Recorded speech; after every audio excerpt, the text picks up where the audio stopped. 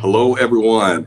Welcome to another edition of For the Health of It, a new segment on health and wellness dedicated to getting important health information out to you and to our community. I am Dr. Trevor Kinlock, pastor of the Metropolitan Seventh day Adventist Church. And today we have a very important topic that we want to talk to you about, we want to share with you, and that is on recovering and walking through grief, recovering from grief. And we have a very special guest today that has joined us. That is none other than Miss Janine Jones. Miss Janine Jones is the bereavement coordinator at Holy Cross Hospice, and she works with her master's in counseling psychology. Janine, it is great to have you here today. Well, it's an honor to be here. Thank you. Thank you so much. Well, listen, let's get right into it, Janine. This has, of course, these past 2 years in particular have been extremely difficult for obvious reasons, this pandemic. And we know that people of color have been disproportionately impacted with regard to loss. I think we all know somebody that has lost their life to COVID-19 or certainly to any other types of loss. So grief is something that is very real to us. But can you talk to us, Janine, just what is grief? Let's start there. What is grief? Well, to simplify it, grief is the other side of love. We grieve because we lost something that we loved, we were attached to. Hmm. And grief, on a more clinical terminology, is the internal workings that someone feels when they lose something. Hmm. Mourning is the external expression of your grief, but grief Hmm. is internal. Okay. So grief is that internal sense of loss that we feel. Yes. Okay. Okay. And, Yeah. and And one thing that I try to share with family members, grief is a reflection of the relationship. So if grandma passed away and, you may be crying, but your brother may not be showing that same level of intensity, it doesn't mean that he's not grieving. It just means the relationship was different Hmm.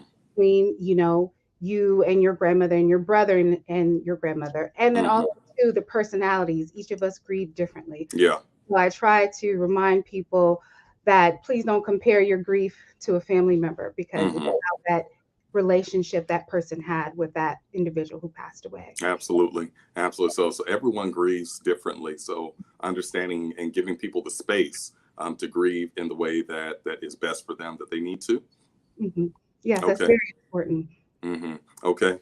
So with regard to grief, if you've been introduced or experienced grief perhaps for the first time, and Mhm. perhaps for some for more than once, there is this sense of being rocked and jolted, like your whole world being kind of spun around, Mhm. by this very traumatic event. When does that end? When does grief end? There's a sense of, is there a beginning and an end to the grief process? Can you talk to us about that? Okay, well, there is really no time limit to grief because grief changes who you are as a person and it becomes a part of who you are. However, there are different phases of grief. And Hmm. like you said, you have that initial shock where the reality that your loved one is not there and based on the way that they passed, some Hmm. people it's a sudden death where it was unexpected. It could Yeah. be a prolonged death where you're experiencing anticipatory grief. But either way, you have that shock because the person is no longer there. Hmm. And then you go through the accepting the reality that this person is not going to be here. Hmm. You go through that, and then the processing the actual grief. And I tell people that's the hard part. That's where Hmm. you have to like take the clothes out of the closet. You have to change the bank accounts, things like that. And that's really a hard thing to deal with. And then one of the things that we don't really talk about a lot is adjusting to the world without your loved one. Hmm.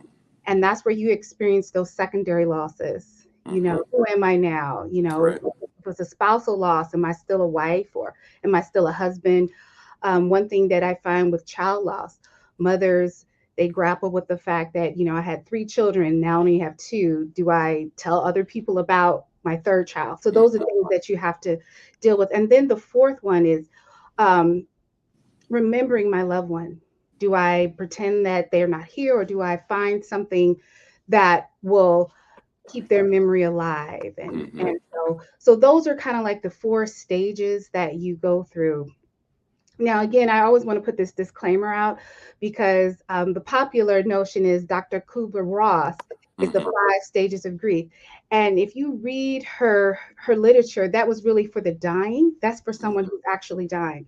Okay. So that's why sometimes you see people are like, well, I went through denial, and when am I going to go through anger? Mm. And grief is different from that. That's what a person who's actually with a terminal illness goes through. So Hmm. grief is a little different than that. It's more of phases. Wow. Yeah. Wow. Thank you for clarifying. I think Mhm. that's useful, and that's important to clarify the difference between those who are actually going through the process of death or dying themselves versus those who are walking through that with someone who has died. Yes, yes, and it is different. And I try to remind people that grief comes in waves, because you might be okay one day, not okay the Hmm. next.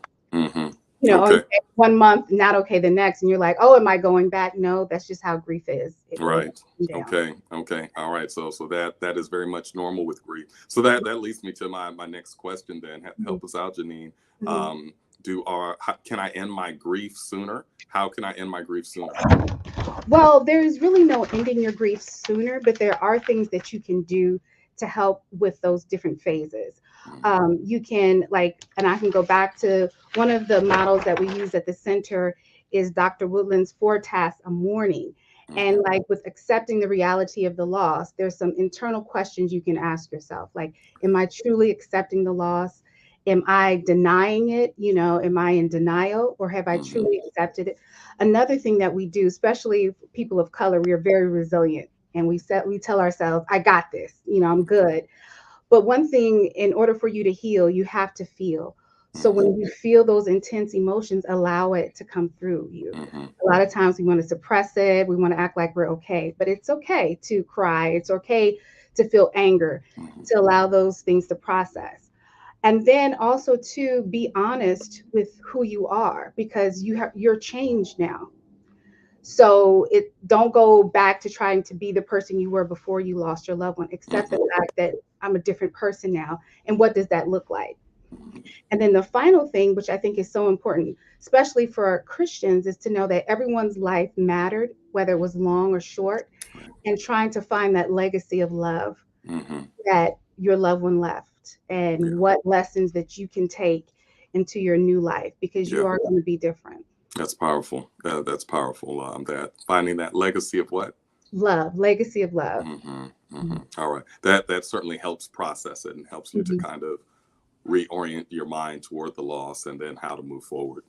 Yes, but know that you're forever changed. Hmm.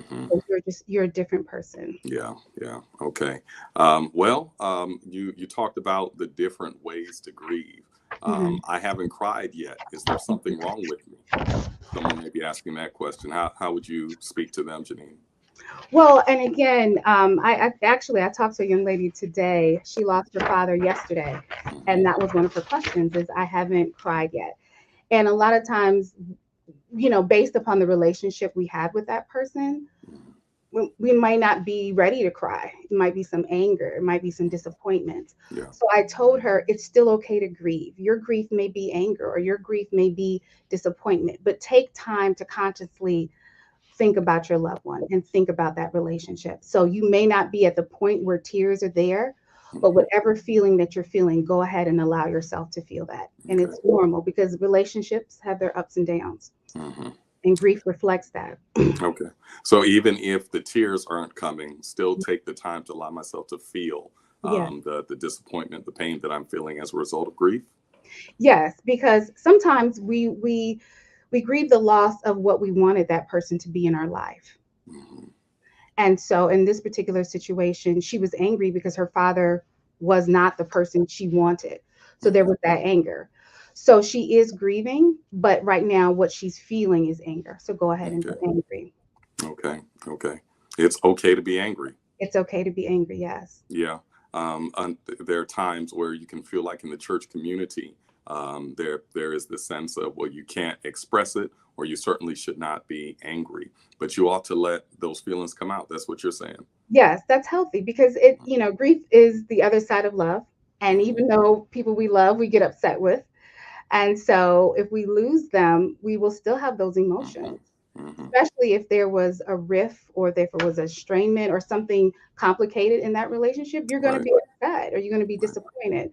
I worked with a young lady who lost her child due to an accident, but he was riding a motorcycle carelessly.